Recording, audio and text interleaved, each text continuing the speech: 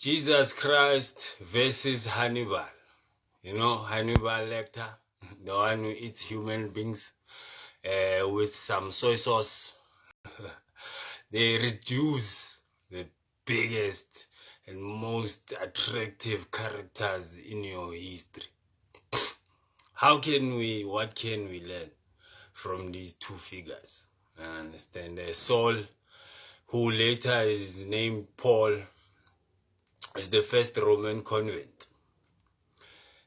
Peter, biggest disciple of Jesus Christ, tells 40 million slaves in Rome that give to Caesar, render to Caesar what belongs to Caesar.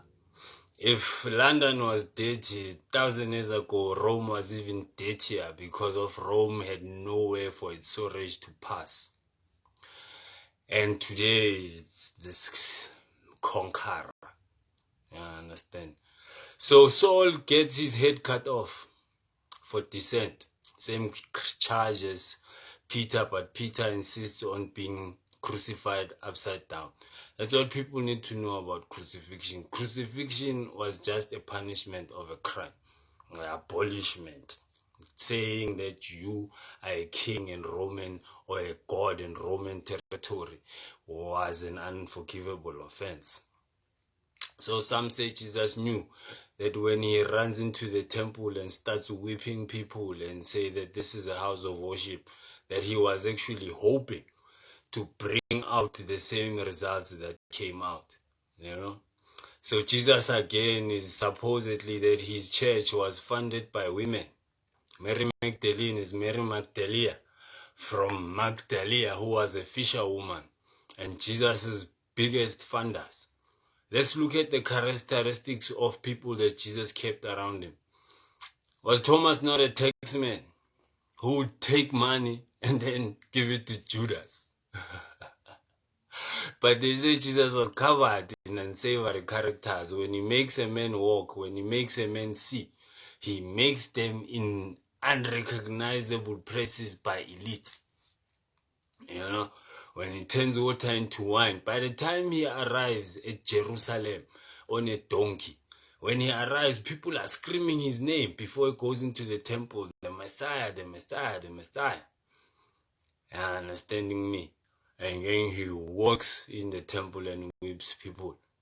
So if you were Rome, after the experience of trying to conquer all those territories, what would you do? Would you have a church, have people that you send there that open churches? Or would you keep conquering? What would be cheaper?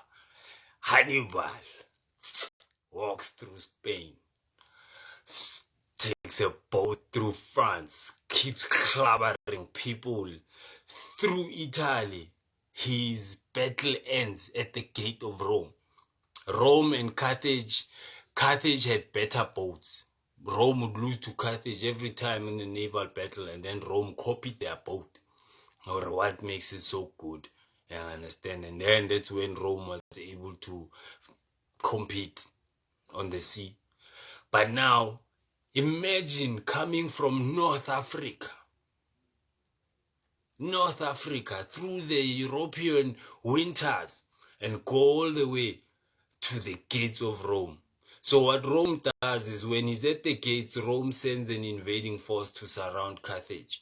And then the message comes to Hannibal to retreat. If the message had came to Hannibal to crush Rome, I'm white. This is a white version of me recording this video telling white people that we used to be Greeks. If that battle, or if Carthage overcame Rome. Carthage is founded by a Phoenician princess. So when Carthage was growing, a North African tribe said that for the princess to be recognized, they must marry their king or their chief. And the princess killed herself. That was the standard of life that the people of Carthage had to practice in their daily lives. Propaganda of Rome, you find that Carthage is a twin city. They were built around the same time, same rulers. No, Roman propaganda. You know, they've realized that if I can't defeat you, I must at least try to outsmart you. Can't beat them, lead them. Wanting to be super ordinary is nothing special. It's the most ordinary thing in the world. I don't know if God puts me in this position because he knows that I have zero problem playing for a losing team. But now, I'm glad that it is not the white man who will win the last battle of independence between the black and the white man. Because after this one, there will not be another one.